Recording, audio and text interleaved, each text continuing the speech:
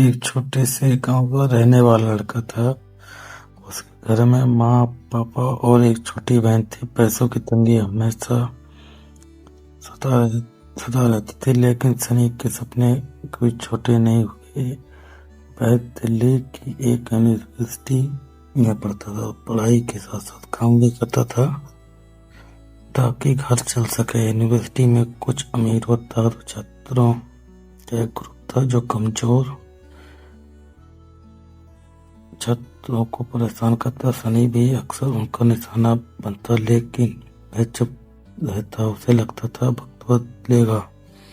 एक शाम क्लास के बाद सनी अकेले टहलने निकल गया। सोचा मैं डूबा हुआ। वह यूनिवर्सिटी में थोड़ा तो सुनसान रास्ते पर पहुंच गया। तभी अचानक उसका पैर एक नुकीले पत्थर से टकराया और अगले ही पल जमीन उसके नीचे से खुल गई। सनी गहराई में गिरता चला गया और बेहोश हो गया। गुफा के भीतर जब उसकी आंखें खुली, वह एक अजीब सी अंधेरी गुफा में था। दीवार साधारण पत्थर की नहीं थी, वह किसी धातु जैसे चमक रही थी। हवा में हल्की सी कंपन थी, जैसे कोई ऊर्जा हर जगह बह रही हो। अचानक गुफा के बीचों बीच एक नीला प्रकाश गोला प्रकट हुआ। वह कोई जादू नहीं था, वह एलियन टेक्नोलॉजी थी। एक यांत्रिक आवाज गूंज उठी, ह्यूमन सब्जेक्ट डिटेक्टेड, डीएनए कंप्लीटेबल, ब्रह्मांड कोड एक्टिवेट किया जा रहा है। सनी कुछ समझ पाता उससे पहले ही वह प्रकाश उसकी ओर बढ़ा और सीधे उसके शरीर में समा गया।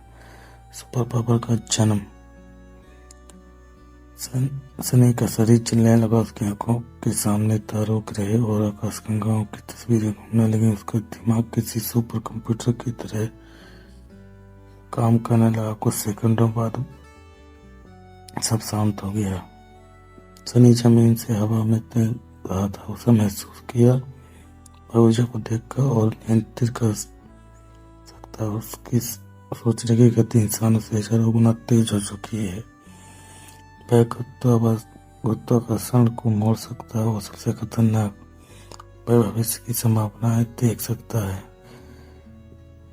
वह एलियन टेक्नोलॉजी दरअसल एक ब्रह्मांड कोड थी, एक ऐसा सिस्टम जो सिर्फ उस इंसान को चुने जो अंधेरे में भी हार न माने। नई शुरुआत। जब सनी गुफा से बाहर निकला, रात का आसमान पहले जैसा नहीं था। अब वह तारों की धड़कन महसूस कर सकता था। उसे समझ आ गया था जो लोग उसे कमजोर समझते थे, जो सिस्टम से दबा रहा था और जो शक्तियां इंसानियत से छुपी हुई थी, उसका सामना करना होगा। क्योंकि अब सनी सिर्फ एक छात्र नहीं था, वह बन चुका था ब्रह्मांड कोड का भाग। और ये तो बस शुरुआत थी।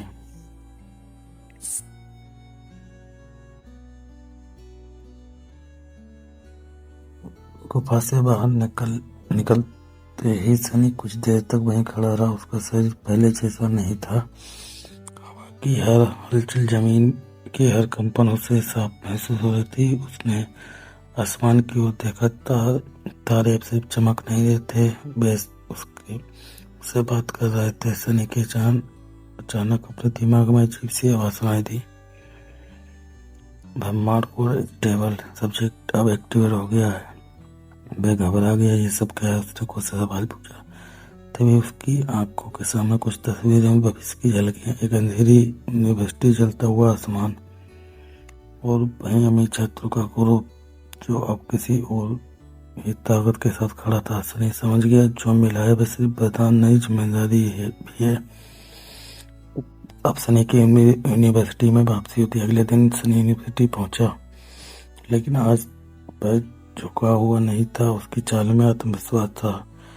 वही लोग फिर उसके सामने आए और गांव वाले एक ने धक्का दिया। इस बार सनी पीछे नहीं हटा। उसने बस हाथ बढ़ाया। अगले ही पल हवा में जो झटका लगा और सामने खड़ा लड़का कई फुट दूर जा गिरा। पूरे चुप्पन सा रह गया। सनी खुद भी हैरान था। उसने कुछ नहीं किया था, फिर भी सब हो गया। इसके दिमाग में आवाज गूंजी, एनर्जी कंट्रोल लेवल 1 अनलॉक।